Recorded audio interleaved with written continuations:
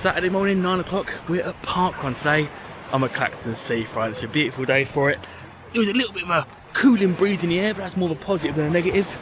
It's currently about 20 to 9, so it's still quite early, but there's still a fantastic turnout.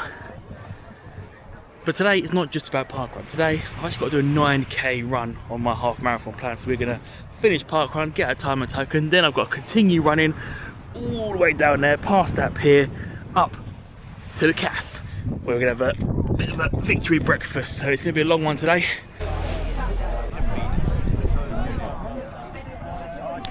So it's now time for the briefing, and at every parkrun you get a briefing, tells you about the course, what to do, where not to go, what to be aware of.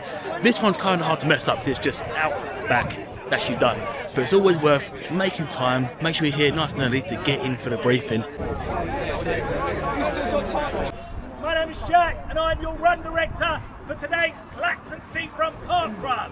So we've heard a little bit of the briefing. I was stood right by the start line where I've got no business beating on the best of days, especially not today. So I'm going to head to the back so I don't get anyone's way.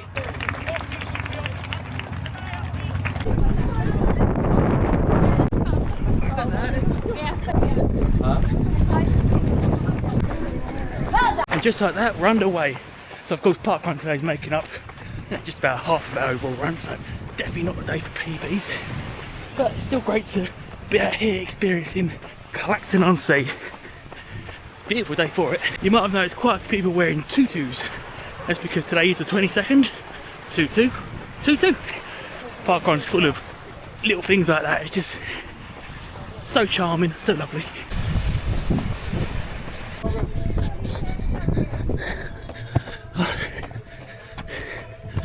So I was about to say this route is nice and flat, and it is 95% of the time, but this,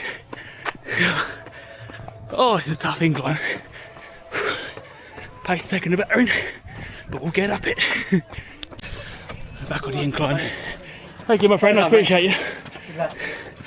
Oh, you're back on the incline now, and I definitely went up the first time way too fast, so I'm walking, staying left, out of the way of the faster runners as best I can. Without those inclines, this would be a pretty flat parkrun, so if you're in the mood for a PB, I'd recommend it, but not for us, not today. So we're just running past the finishing funnel now. You can see it's already quite busy, and the time is 27 past 9.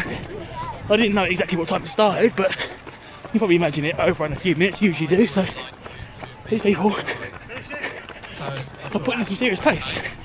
Not us though, we've got another lap to do, so it's back down the end and back towards that old pier.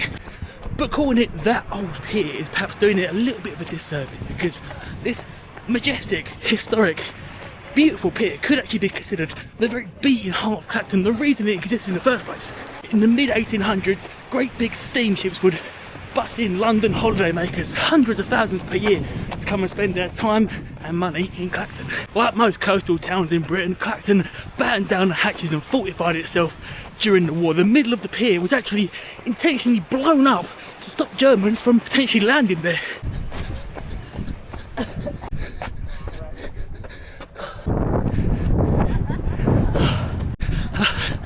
So it's now finally our turn to turn right into the finishing funnel. So here we go, around it comes. Oh, in the final sprint. Thanks very much. Thank you. Oh, we're done. And my water bottle's still there, which is good. Here's a fun bit of local history. Winston Churchill landed here in 1914.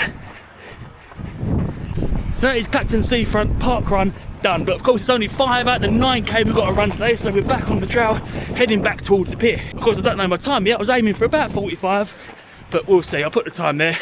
Of course I've got my Strava time, but down here by the coast where there's no service, you probably have better luck tracking your time for triathlon. So we'll wait for the Parkrun time to come in, but I feel good. Just rep out the last 4. There are some public toilets there that I'm going to dive in, so yeah.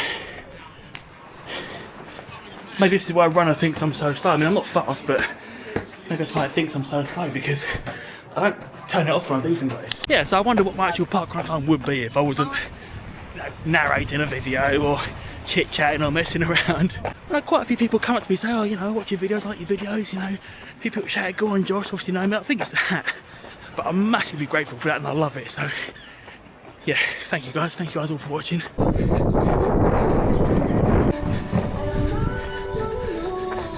we just passed that historic old pier and oh, the sun is really coming down now. It's warm, but I am uniquely motivated to finish these last 4K because if I've calculated it right, at the end of these 4K is a beautiful seafront cafe. And let me tell you, I can certainly eat. It is now noticeably harder now I'm basically alone by myself.